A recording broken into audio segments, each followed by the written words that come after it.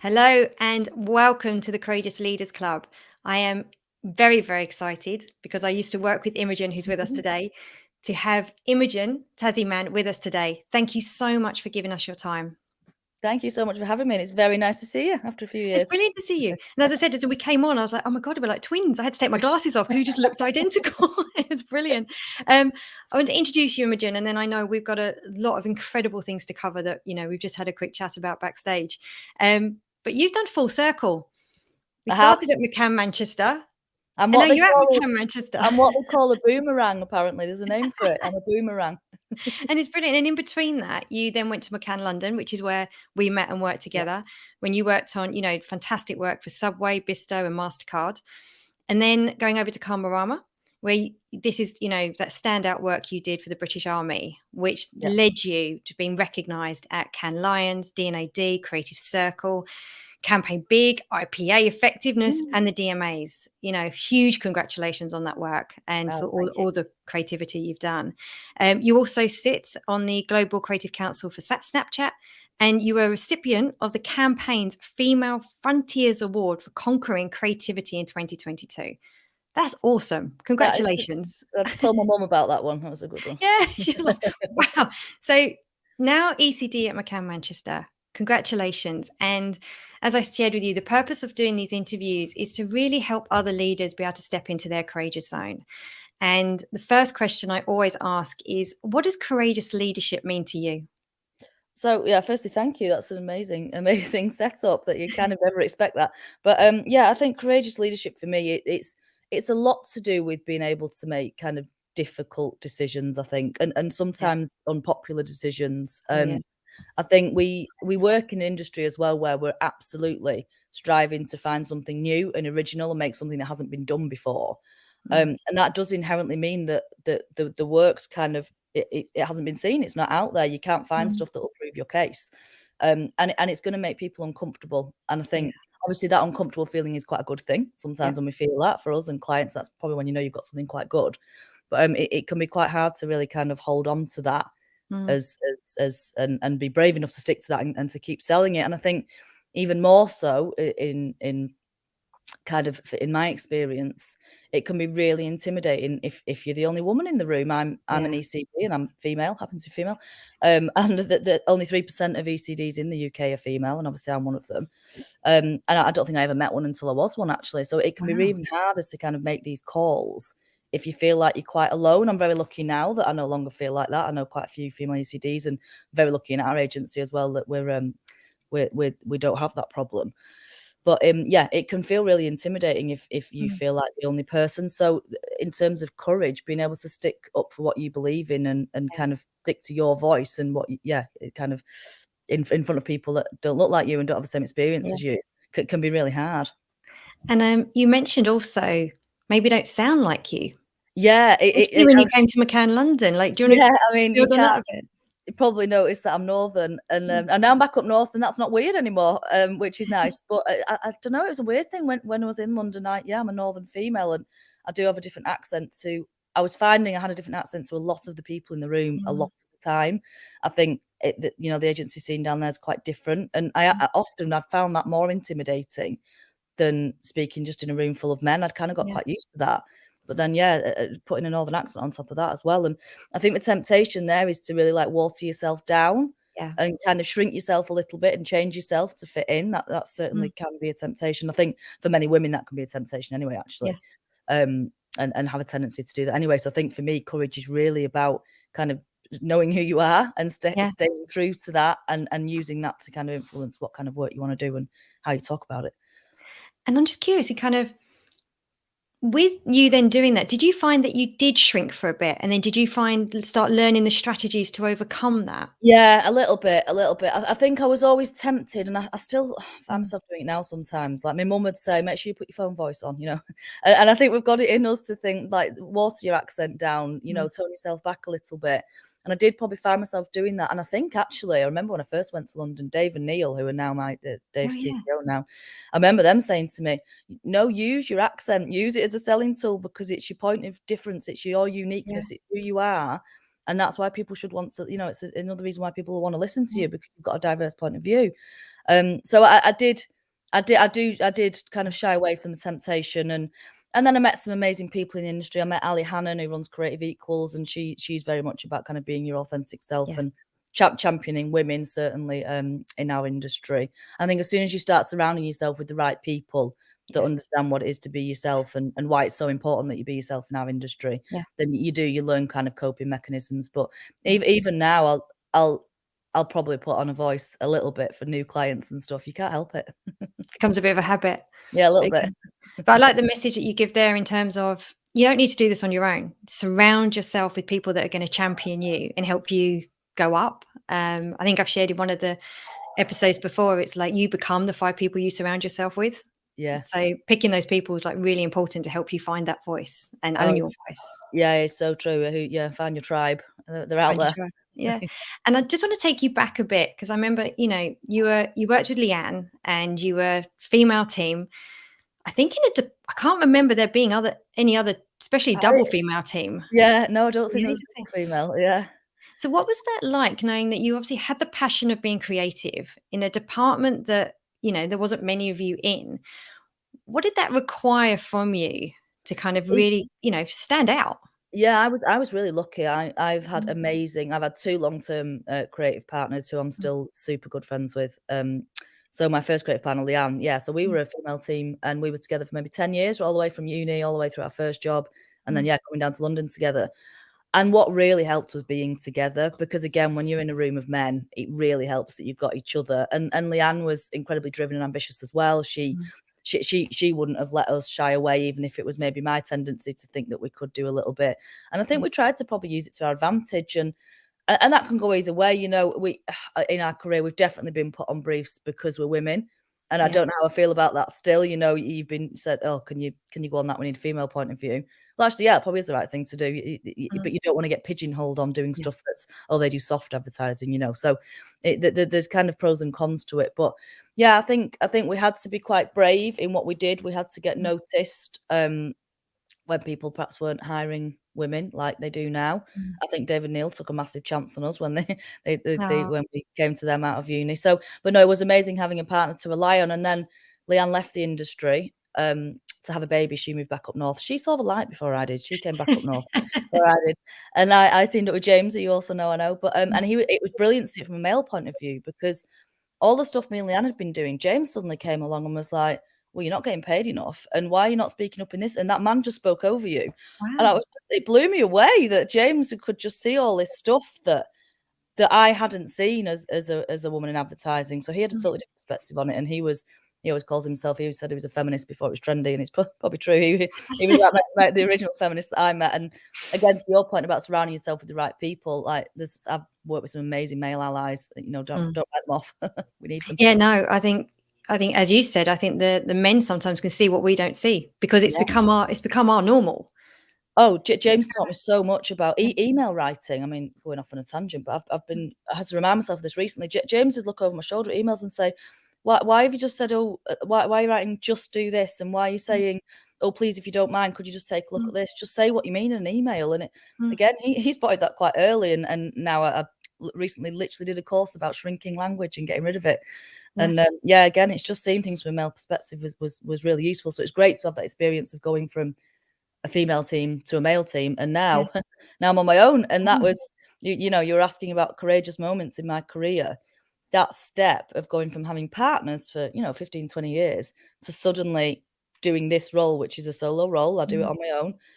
That was a massive step for me. And the fear was always going to be that, what if I was the weakest link in every partnership? What if it was me? What if I was the crap one? What if they were the brains? And I don't know, but being able to kind of step into this role, I think it's actually done wonders for my confidence, because of course it was a team work. Of course, partly it was me and partly it was them.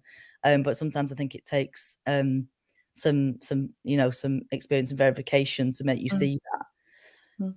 And not least did that come from the fact that so when I got this role at McCann Manchester, I think Rob and Lol, amazing CCOs in London that I used to work with, obviously. I think they probably mentioned me to Karen, my CEO, and having that, and as did David Neal, and having that validation from people that you massively respect in your industry, Yeah. did make me think, oh, maybe I could do it. Because my instant reaction was, oh, I can't do that role. I don't know why you're ringing me. I can't do it. I was Can I also, just ask, what was the voice? What did you believe why you couldn't do it? just thought I've always been in a team. I'm absolutely a creative through and through. In terms of like creative director level is good for me. I can get my Mhm. head down and make the work happen, but I'm not kind of leading maybe. Mhm. And I just thought that's probably for other people. It's just not for Okay. me. And I wonder how much of that has been through, not seeing many female ECDs through the years. Like, Yeah. it can't help, can it? We kind of know that you can't be it if you can't see it. Yeah. And so yeah, I think part of it is that. And then suddenly to hear from other people saying, "Of course you can do that role," you think, "Well, maybe I can. Mm. Yeah. Maybe I could." And what has it meant for you now being on your own? How are you now thinking differently, making decisions on your own? What has that Yeah. growth been in you? It's been amazing actually. I think looking Mm. back over I've been doing this nearly a year and a half. And I think at the start it could have felt quite lonely Mm. because like I say, I'm so used to having that team member there that whatever happens in a meeting, they're always on your side when you come out. There's always Mm. someone there who's really got your back. Yeah. And you really have to stand on your own 2 feet. But I very quickly realised we're amazing at McCann Manchester. We've got such a tight kind of leadership team and a tight agency, really. Like we all really Yeah. like each other, like we're properly Yeah. good friends.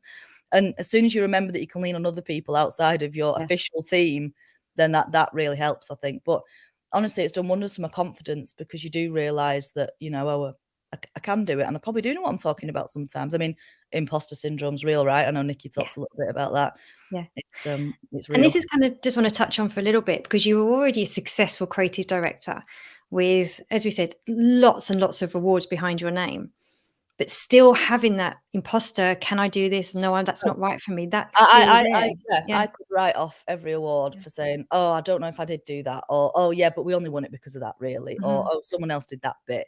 Yeah. And, it doesn't matter how many you win. And I know this is why I really appreciate you doing series like this because I think everyone actually feels like that. I always think, "Oh, but if I just do this, then I'll feel like I'm a leader, then I'll feel like Yeah. I'm successful." And it doesn't matter when you get there, there'll always be something else. And that's Yeah. probably what makes us, half decent leaders. There will always be something else that we're striving for. But it's very hard to think, yeah, no, I'm good at this. I don't think it comes naturally to me. I don't think it comes naturally to a lot of women, actually.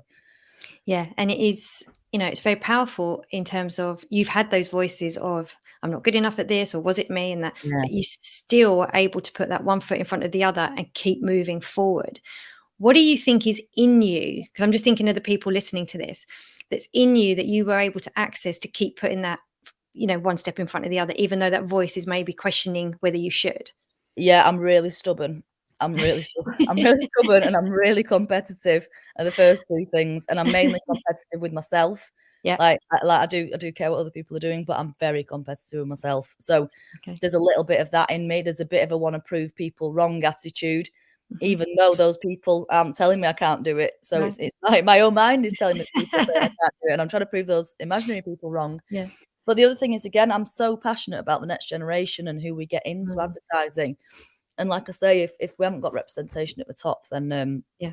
then I think that's the first step. Because when you look at the figures, it's the gender split in advertising. It's pretty 50-50 in creative when people come Okay. in at entry level. So from uni, we're seeing it pretty 50-50. If anything, there's a slightly more women coming from Mm. uni, and then we are dropping off a cliff. We get to CD level, and it's about 12% of CDs are female. In fact, actually, that might have risen to about 17% through some of the stuff like people have been doing. And then ECD level, it's only Mm. 3% of ECDs are women. So we're dropping off a cliff, and it's for many, many reasons. And it's not just a child thing. It's not Yeah. just having babies and leaving the industry, although obviously it's a big part of it. But Yeah. there's loads of reasons. So I'm really keen that as part of what I do, it definitely keeps me going, thinking Yeah. if I can put myself out there and be seen to be doing this stuff and show up and own my successes a little bit, Yeah. then maybe it helps the next generation. And that's absolutely brilliant. And I love that because what people are hearing is that you're doing all this success, but probably still having the same voices that they're Yeah. going through, but you've moved forward. And would it be fair to acknowledge that it feels like you are very driven by a purpose? You know your why. You want to leave a legacy. You want to inspire the future generations coming through. You want to increase this percentage of female leaders getting to the top. Do you think having that strong purpose and being connected to that purpose is what helps you overcome these obstacles? Oh, massively. I think Yeah. that's a big part of being courageous, actually. If you've got Mm. a reason to be so, if you've got a you Mm. know, if you truly believe in something, it allows you to be a lot more courageous about it, I think, because it gives Yeah. you a reason to do it.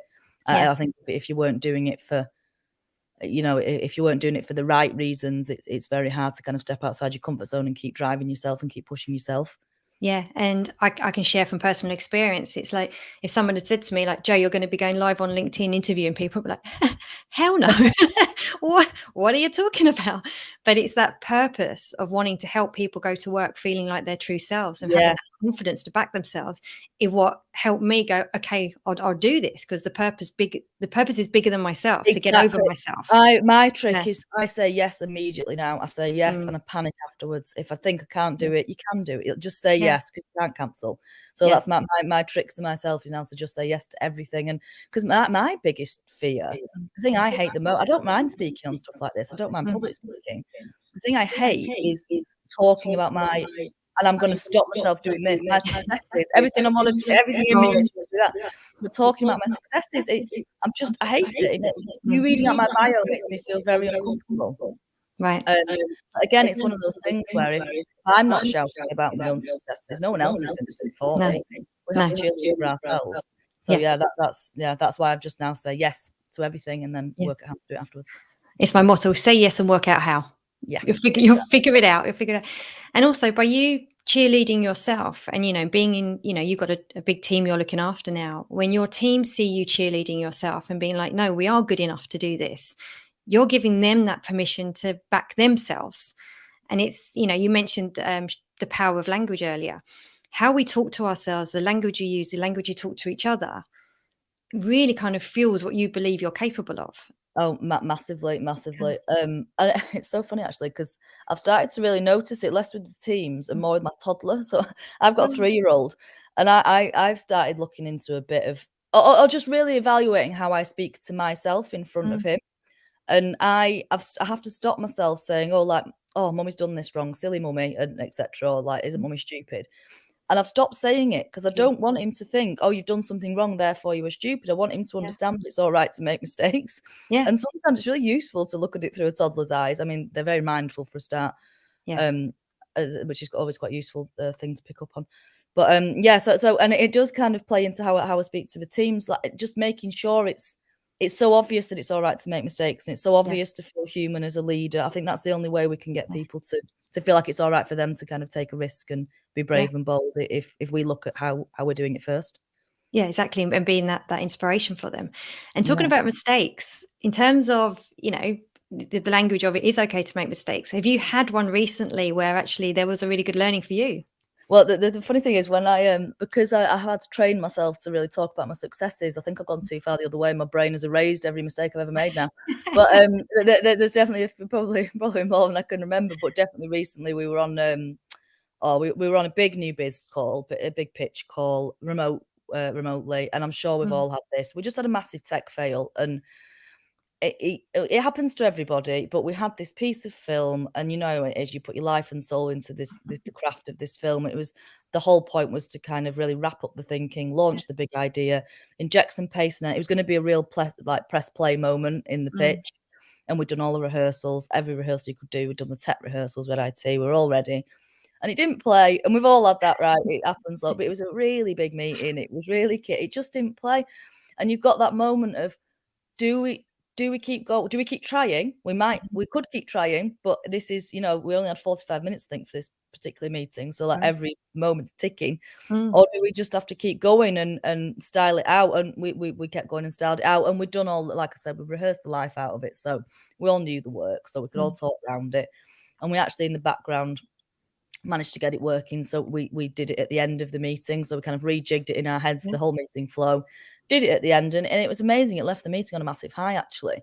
But the really interesting thing was afterwards, the client actually told us that to see us reacting to how something had gone wrong, she said Mm. she found that was just more important even than seeing how you react when everything goes right, because that's when you Mm. start to really Mm.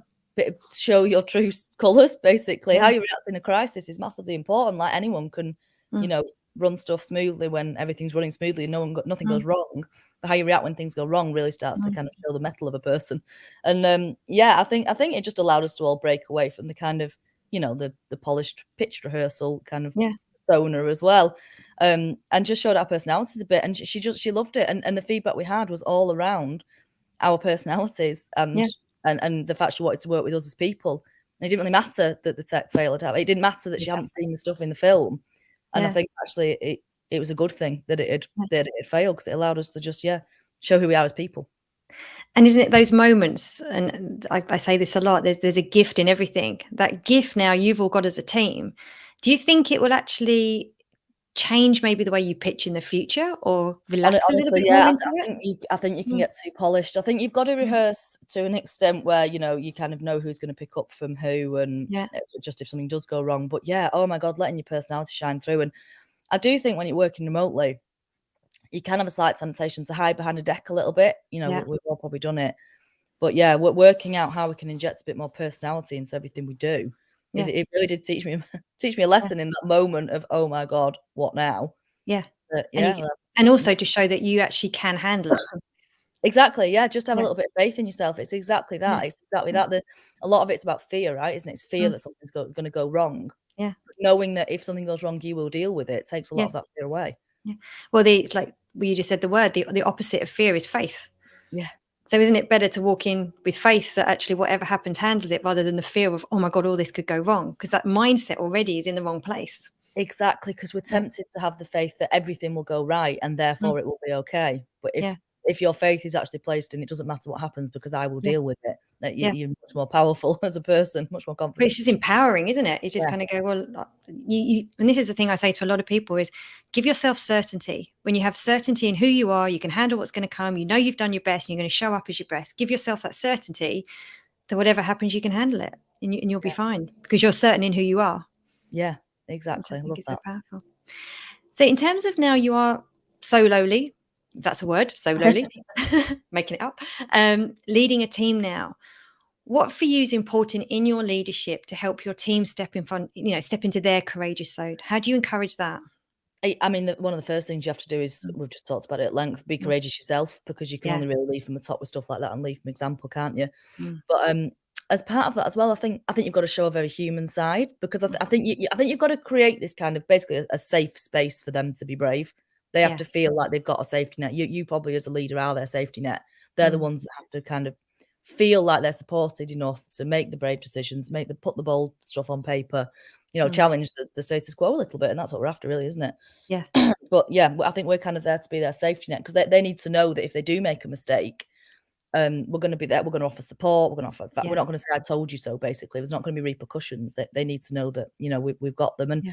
I think part of that is they need to know that comes from the wider team as well. It's not just Mm. all on you as a leader, and it's not just all on you as a creative. Mm. I mean, obviously, this is quite specific to my role and my team Mm. roles, but I think where I work at McCann Manchester, we put loads of emphasis on the fact that ideas can and should come from anywhere, Yeah. and the creativity is everyone's responsibility. You should never feel like a lone voice in a Yeah. room, kind of banging the creativity drum Yeah.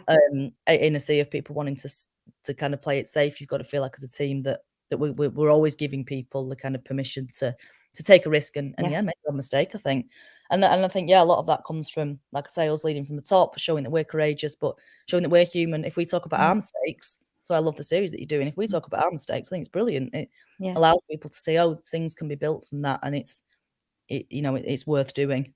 Yeah. And also that it's normal. And I suppose because even going to CD, you still had then fear to go to ECD. Every single step of growth of us is like new fears and things come in. Oh And yeah, are I you now keep able to recognize that in your team, that you can see maybe the voices they've got in their heads, what they're telling them? 100%, and Yeah. I keep waiting until the day that I wake up and think, "Oh, I'm successful now," because it hasn't happened. And like, I just think, surely if I do that, I'll be successful, and if I do that, Yeah. I'll be successful, Yeah. and then I'll feel good. But Yeah. it doesn't work like that. It just doesn't happen. And Yeah. probably what kind of drives us on. But yeah, I can definitely see that in the team now, and I think it's taking the time to maybe take those members aside and kind of Mm. talk about what it is that's holding them back, talk about their fears, Yeah. and get them out in the open a little bit. Don't let them kind Yeah. of hide away, and giving them the space to do that as well. I think Mm.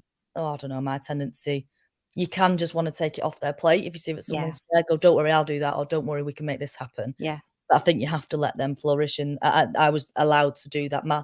Rob and Law were like really big fans of Yeah. chucking you in at the deep end. I Oh, don't know if yeah. they're going to listen to this, but they really did. We were, Yeah. probably running clients a bit before we should have done. But they were massive fans of that. And I think I Yeah. massively grew as a person by doing that. But there's nothing like being standing up in a very important client meeting to really kind of sharpen your focus and think, oh, this better be some good work that I'm presenting. Yeah, and it's so true. And what I'm kind of hearing is really about helping your team find their answers, because they have the answers, they are inside them, and it's being trusting that they can find them rather than, you say, taking it away, trying to fix it for them, because that actually Exactly. unfortunately just keeps them stuck and they become very It reliant does. on you. Yeah, It does, and it also means you're never gonna get work that's any different. If you just yeah, tell them what to do all the time, or just yeah, impress your values and your thoughts and your ideas on them all the yeah, time, tempting as it could be, you're never gonna get anything different. And I think that's one of the mm, again, that's part of being a courageous leader, is listening to an idea and thinking, mm, "That is not what I would have done," but being yeah, able to step past that and recognise yeah. it that for being a good thing and think, "Oh, but that could be it." Yeah, and I love that, and I also love, that you and I really think this is the future of leadership, is being a leader who can encourage those brave conversations of talking about fears, talking about their voices, talking about imposter syndrome and people, and just bringing it out in the open. Because you just think, actually, then if that's just normal, what then they could put into their creativity. Massively. I think it changed my life hearing about imposter syndrome, and I Mm, literally remember the day I heard about it, and I was on a, Creative Equals, like we talked about Ali Hannon, her amazing program. I was on their future leadership scheme the first year that she ran mm. it, and they did a session on imposter syndrome, and it blew my mind. I couldn't believe there was a name for the thing that I felt, that Wow. I just thought was in my head and was just Yeah, all my problem. yeah, So hearing it talked about, and then you hear about the amazing women that have got it. We were mm, just talking before about Nikki Bullard. yeah, She's amazing, and I was just mm. listening. I did the stupid classic schoolboy error of listening to her episode first, then going, "Why have they asked me?" Nikki's done it. She's cracked it. She's done everything you ever need to talk about in terms of courageous leadership. She's cracked it. And but again, and then I had to stop myself and bring myself back from that and think, what would I tell my teams? I'd Yeah, say, no, you have a voice as well. Use it. yeah, People need to hear it from different sources. So it's yeah. incredibly powerful to hear women talking about it. And that just reminded me of something else you mentioned before in terms of using your voice, how important it is that you do use your voice, and be okay that your voice might be different from somebody else's, not in terms of, say, the northern accent, but your view, your point of Yeah. view. And You that's know, the hardest yeah, thing to do in the world, I think, and yeah, it's hard on both sides. Like I say, it's mm, hard for a more junior creative team to say, "No, but I mm, genuinely believe this is a good mm, idea." And mm, they have to listen as well, part of the we've got experience, we have got mm, knowledge, we can really help you kind of access the idea and the thinking, and yeah, we can help you sell it. But at the same time, if you truly believe in something and stick with it, we have to mm, be open to thinking, "You are so right, there might be a different way of yeah, doing this that I've just not thought about." yeah, and not giving up on that first hurdle, Yeah, backing yourself exactly. and trusting that. And The last and question, sticking with it, because there's yeah. often many hurdles after that first meeting. You There's gotta keep going. You've gotta keep Question going. that has just popped up, I'm just very curious because I work with a lot of creative leaders, and I'm just curious, have you come across any sort of beliefs or anything around, can creatives be good leaders? Because you've been so for years, you come up with all the ideas and everything, then the account people go off and sell it, or the planning. In terms of then creatives then stepping into that people leadership role, have you ever come across, beliefs around that or people's views on that? And Or your own? it's so Mm, interesting because it's something that I do wonder, you don't necessarily have mm, much training in it, do you? mm, Before you become it, and you kind of learn on the job, like you do with a lot of, yeah, stages of our career, I think. And you're so right, it is a different set of skills. mm, But I think people that rise to the top potentially naturally have those skills within them yeah. anyway. So I think looking back, and again, I don't find it easy talking about what I'm good at, but I think I probably am quite good with people. Yeah. And I do like to make the right thing happen, and I think I've got enough qualities that align with leadership qualities Mm. that I can then kind of step into that role. But you're so right, it is quite Different skill. a different set of skills. But and then saying that, there is training out there. We have amazing stuff in McCann actually that we do. Again, Ali Hannon and School of Yeah, Life, that there is amazing that yeah, there are amazing resources out there. And I think we have maybe some people, I think I would say I do this, have a natural kind of tendency to think, God, if I need a training program, then I obviously can't do it. That's Yeah. ridiculous. You might not be able to do it because you've just never done it before. Yeah. So And it's investing in ask for yourself help. is Exactly. Invest for yeah. help, ask for yourself. Ask for help investing in yourself. It's so important, and Yeah. no one's gonna think less of you. They're just No. gonna probably think, "Oh, that's pretty cool that she's improving herself." Yeah. And it's actually, that continuous learning is I think, well, I say once you stop learning, you might as well be dead. So Well, keep exactly. going, keep going. Imogen, oh gosh, I don't want to end, but I'm going to have to end with the last question. There's so much gold in this. The question I love to finish on is through all the wisdom you've gained, all the insights in your, wonderful journey you've had to ECD, and I know you continue with your success. What advice would you have liked to give in your younger self, or frame it as advice you'd like to give people coming into the industry now? Well, something I really wish I'd learnt sooner, and we have touched on it Mhm. a bit, but it's really become crystal clear to me now I'm in much more of a hiring role. Mm. We literally hire people for their voices and their opinions. Yeah. There isn't any right answer in advertising, there isn't, and if anyone tells you there is, they're wrong. There just isn't a right answer. It's not like black and white. So we really hire people for their opinions, their fresh thinking. The worst thing you can do is then try and change who you are and what you stand for and what work you like and what you think and what your ideas are based on what you think your boss will like. Yeah. It's so tempting to do it. I've done it myself, but Mm. no one will thank you for it. Honestly, don't we literally choose you because we like your take on things and we like your vibe. So don't change that. Don't try and second guess what other people want. It's no one's going to thank you in the long run. But yeah, but that takes massive bravery, and I think that's why it's kind of on us as leaders, isn't it, to encourage that. To encourage it. And I think that is fantastic advice. And because it is so easy to fall into, because we want to fit in, Yeah, but actually don't exactly, exactly. belong because who you are, because not because you've changed who you are to fit. Yeah, And I, you'll never be able yeah, to keep it up either. You just won't. no, You won't be able to sustain it. it So catches yeah, up with you. It really does. Having been there myself, it definitely does catch up with you. yeah, yeah. um, Imogen, thank you. Is there just for any final words, anything else you'd like to share? Oh, just thank you so much for having me. And Oh, I would love to kind of keep the conversation going about what yeah, we do about getting more women into our industry. So I'm definitely. always available and open to talk to people about that. Well, now I know you say yes to everything. That's it. I'm like, right, I'm on. I honestly, like, you want to see the panic in the background, Joe. That's brilliant. Thank you so much. And thank you for all of those listening. And we'll see you in next week's episode. Take Thank you care. so much. Bye. Bye bye.